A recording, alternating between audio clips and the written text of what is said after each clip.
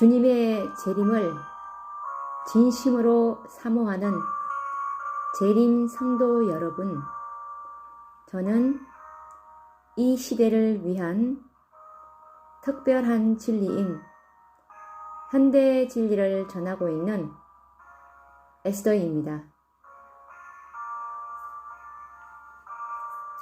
이 시대의 구원받을 수 있는 복음이 따로 있는데요. 이것이 바로 현대의 진리입니다.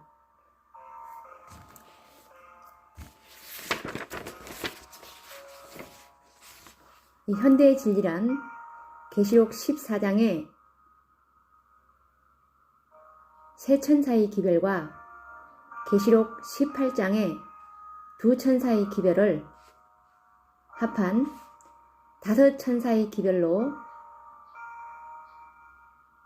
이 마지막 추수 사업이 끝나는 기별로서 믿음으로 말미암는 의의 기별을 다섯 번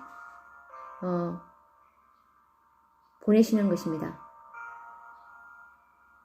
이 기별을 자꾸 잊어버렸기 때문에 다시 힘과 능력을 주셔서 새롭게 하고 새롭게 해서 결국 다섯 번째 추수꾼들의 그 마지막 추수 사업으로 이 지성소에서 필요한 14만 4천이 다 인이 쳐질 때 예수님께서 재림하신다는 것이 구속의 경륜입니다. 오늘은 구속의 경륜과 14만 4천인이라는 책으로 지난 시간에 이어서 말씀을 계속 연구해 보도록 하겠습니다. 오늘 연구할 주제는 1930년도에 한국 교회에서는 14만 4천인에 관한 진리를 어떻게 가르쳤는지 역사 속에서 한번 찾아보도록 하겠습니다. 1932년도에 출판한 요한계시록 연구 교재에는 분명히 지금까지 우리들이 연구한 것과 동일하게 14만 4천인의 진리를 가르치고 있었다는 사실입니다. 그러면 제가 그 책을 한번 보이도록 하겠습니다. 지금 원본은 없고 복사본으로 찍은 것을 한번 보여드리겠습니다.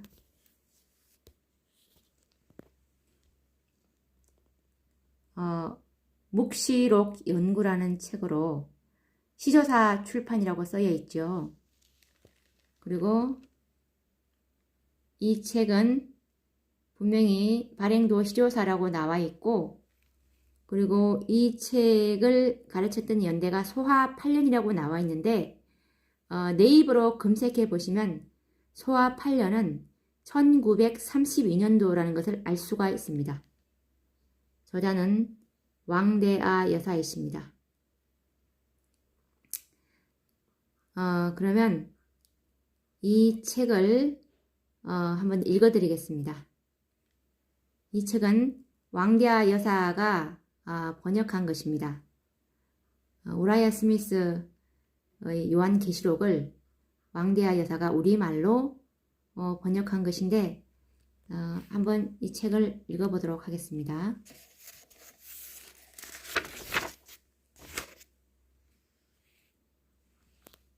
제가 읽어드리겠습니다. 이 책이 이렇게 세로로 되어 있습니다. 제가 한번 읽어드리겠습니다.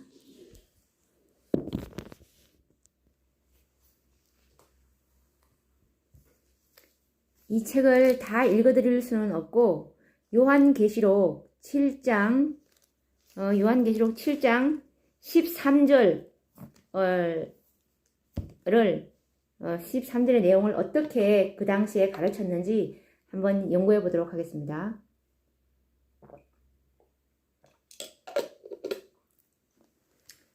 세세에 돌릴지어다 아멘 하더라.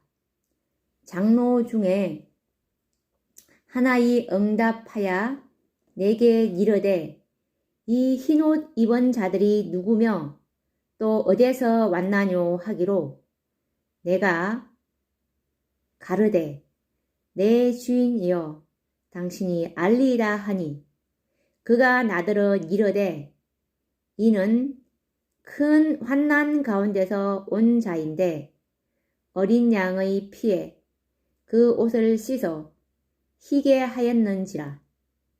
그런 고로 그들이 하나님의 보좌 앞에 있고 또 그 성전에서 밤낮 섬김에 보좌에 앉으신 이가 장막으로 그 우를 덮으리니 저희가 다시 줄이지도 아니하며 목마르지도 아니하고 해나 아무 뜨거운 기운이 상하지 못할지라. 이는 보좌 가운데 계신 어린 양이 저희의 목자가 되사 생명수 샘으로 인도하시고 하나님께서 눈물을 그 눈에서 다 씻어 주심이르라.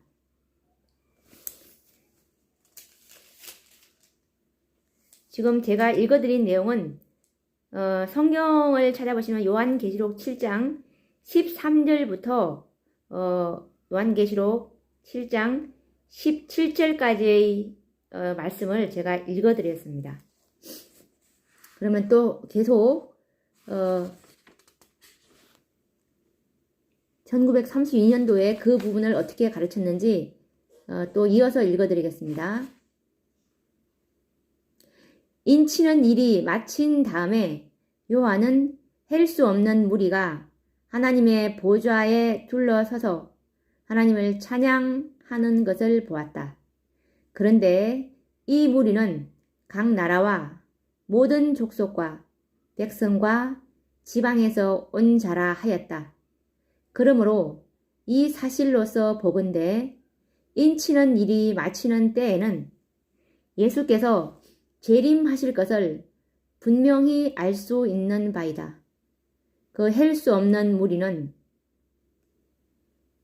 곧 각 시대의 여러 나라와 족속 가운데서 구원을 받을 자들로 그리스도께서 재림하실 때 죽은 가운데서 부활하여 그리스도로 더불어 성천할 자이다. 그 후에 요한이 한 다른 무리가 섰는 것을 보았는데 장로 중에 하나의 요한에게 이르되 이 흰옷 입은 자들이 누구며 또 어디서 왔나뇨 하니 요한은 내 주인이여 당신이 알리이다 하야 자기는 그들이 누구인지 알지 못하는 것을 표시하였다. 그러면 이 흰옷 입은 무리는 9절에 말한 흰옷 입은 무리와는 같지 아니한 무리인 것을 알 수 있으니 9절에 말한 무리는 요한이 이미 어디서 온 무리인 것을 아는 터이다. 그러면 이 무리는 헬 수 없는 무리와는 구별된 특별한 무리인 것을 알 수 있는 바 장로가 이르되 큰 환난 가운데서 온 자라 하였다. 이 무리는 본장 호두에 말한 바 14만 4천 명이니 곧 하나님의 계명과 예수의 도리를 지키는 그의 남은 백성이다. 그들은 하나님의 인을 그 이마에 맞은 자요 어린 양의 피에 그 옷을 씻어 희게 한 자들이다.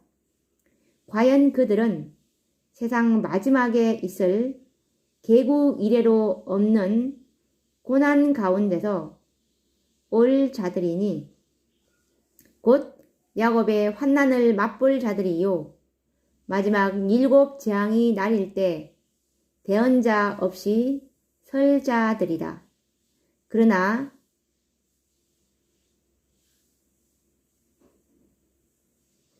그러나 16절의 말씀을 보면 그들이 7 재앙 가운데서도 구원함을 받을 것을 알 수 있는 바이다. 그리고 하나님의 인맞은 자 가운데서 이미 잠든 자들도 있으나 그들이 예수 재림하시기 조금 전에 깨어 일어나 큰 환난을 맛볼 것이요 살아서 구원함을 받을 것이다.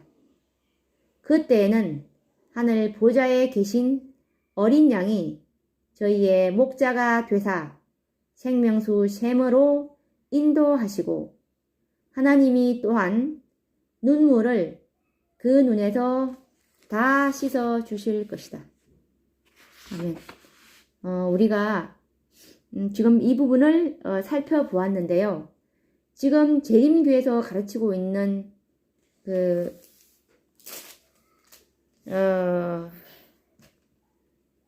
어떻게 가르치고 있냐 하면 재림교회는 계시록 7장 13절의 이 흰옷 입은 무리랑 계시록 7장의 이 7장 9절에 이 흰옷 입은 무리가 같은 무리라고 이렇게 가르치고 있는데 전혀 지금 1932년도에 가르친 진리랑 지금 재림교에서 가르치고 있는 진리가 얼마나 다른지를 또 알 수 있고 그리고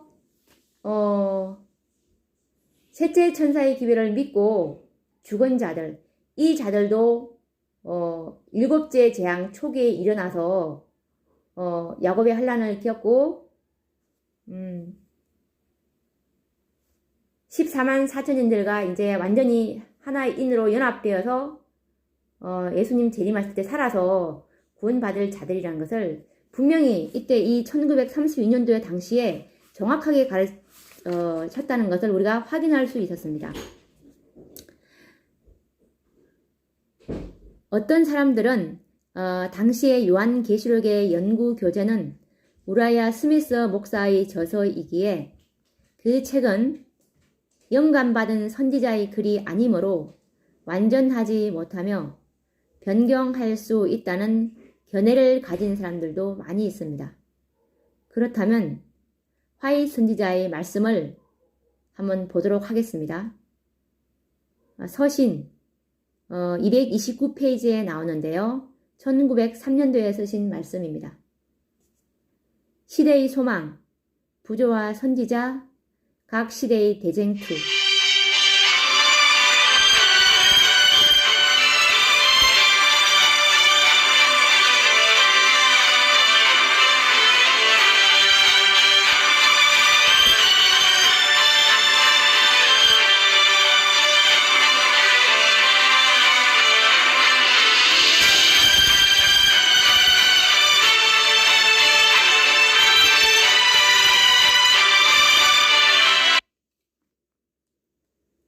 다니엘과 요한계시록 강해 등의 책들에는 귀중한 교훈들이 있습니다. 이러한 책들을 특별히 중요하게 다루어야 하며 사람들이 그 책들을 볼 수 있게 하기 위하여 모든 노력을 기울여야 한다. 서신 229, 1903년. 그리고 목사와 복음 사역자에게 보내는 증은 117페이지 말씀입니다. 교회들을 일깨우게 될 한 가지 기별이 전파되어야 한다. 그 빛을 우리나라뿐 아니라 세계에 비추기 위해서 모든 노력을 기울여야 한다. 나는 다니엘과 요한계시록의 예언들을 소책자로 인쇄하여 필요한 설명을 함께 담아 온 세상에 배포해야 한다는 지시를 받았다. 화이 선지자 당시에 다니엘과 요한계시록 강해서가 우라야 스미스의 저서 이외에 무슨 책이 있었는가를 생각해 보십시오. 당신은 물론 오늘날에 이르기까지 14만 4천인의 진리를 제외하고는 거의 그대로 그분의 강해를 가르치고 있었습니다. 화이 선지자가 요한계시록 강해서를 소책자로 만들어서 온 세상에 배포해야 한다는 그 책은 바로 우라야 스미스 장로의 저서인 것입니다. 그렇다면 우라야 스미스 장로의 저서는 비록 직접적인 계시나 영감을 받은 선지자의 글이 아니라 할지라도 영감받은 선지자에 의하여 추천받아 온 세상에 전파해야 하는 영감적인 말씀이라면 곧 그 말씀도 영감적인 하나님의 말씀으로 받아들여야 합니다. 성경 중에 가장 마지막 책인 요한계시록은 성경 66권의 결론이라고 할 수 있습니다.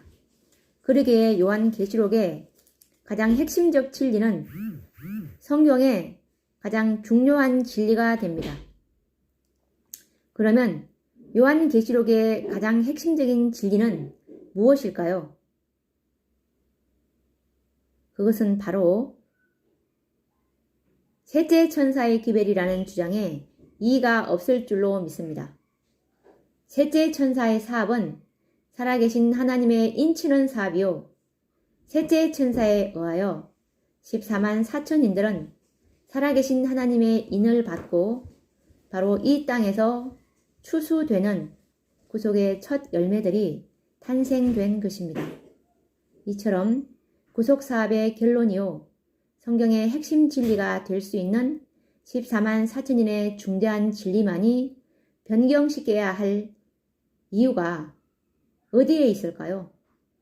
그리고 스미스 장로의 14만 4천인의 가르침과 화이 선지자의 가르침이 지금까지 연구한 바에 의하여 동일하다는 것을 확신할 수 있습니다.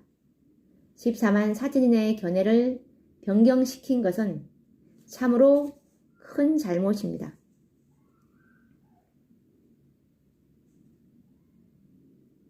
이에 관련된 성경 말씀 하나 읽어드리겠습니다. 요한계시록 22장 18절에서 21절 말씀입니다. 내가 이 책의 예언의 말씀을 듣는 각 인에게 증거하노니 만일 누구든지 이것들 외에 더하면 하나님이 이 책에 기록된 재앙들을 그에게 더하실 터이요.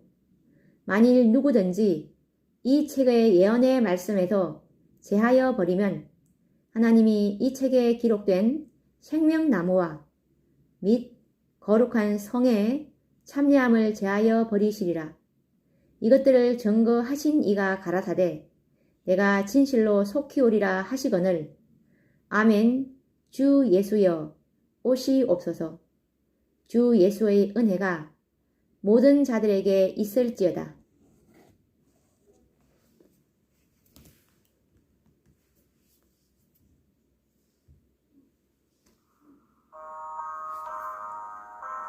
오늘 우리가 1932년도에 재림교회에서 가르친 14만 4천인의 진리를 우리가 확인해 보았는데요. 정말 하나님의 말씀을 말씀 그대로 믿는 믿음이 있다면 이 진리가 얼마나 왜곡되고 변질되었는지 사단의 역사를 우리가 느낄 수 있을 것입니다. 그러면 오늘 화이트주석 계시록 7장 4절에서 17절에 관련된 이 말씀을 읽으면서 오늘 이 말씀은 끝내기로 하고 다음 시간에 또 다른 주제를 가지고 찾아뵙도록 하겠습니다. 감사합니다. 하나님께서 우리에게 주시는 모든 능력을 가지고 14만 4천인 가운데 들도록 힘써 노력하자. 아멘.